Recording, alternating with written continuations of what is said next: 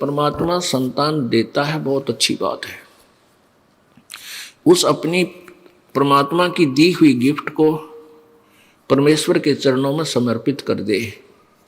उन बच्चों का परमात्मा के ही बालक जानकर आप उनका नौकर जानकर, क्योंकि हम उस मालिक के नौकर हैं और उस मालिक ने हमें बच्चे दे दिए, उनकी सेवा करें खूब परमात्मा के बालक जान के। जैसे एक नौकर या नौकरानी किसी सेठ साहूकार के यहाँ नौकरी करती है, उसको बालकों की ड्यूटी लगा दी जाती है बच्चों की कि इनको तू संभाल, नवा धोवा, इनको खाना बना खिला और स्कूल में इसके विद्यालय के में छोड़कर लेके आ।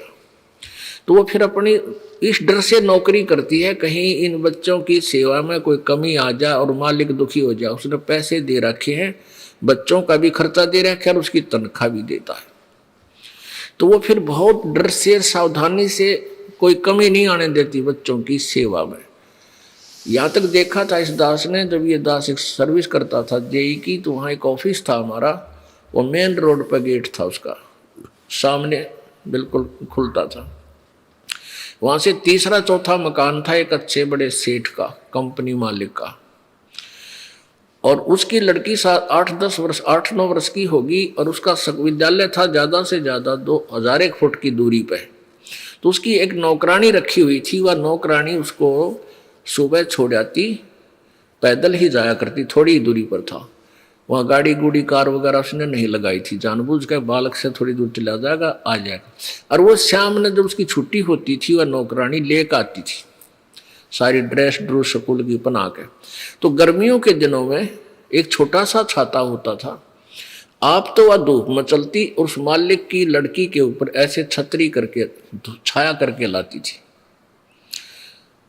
तो इस तरह फिर जब उसने नौकरी से निकाल दिया उस नौकरानी को, नौकर उस सेठ ने, उसके बाद वह नौकरानी ने उन बच्चों के प्रति कोई ममता नहीं, क्योंकि उसको पता था तेरे नहीं ये मालिक के हैं।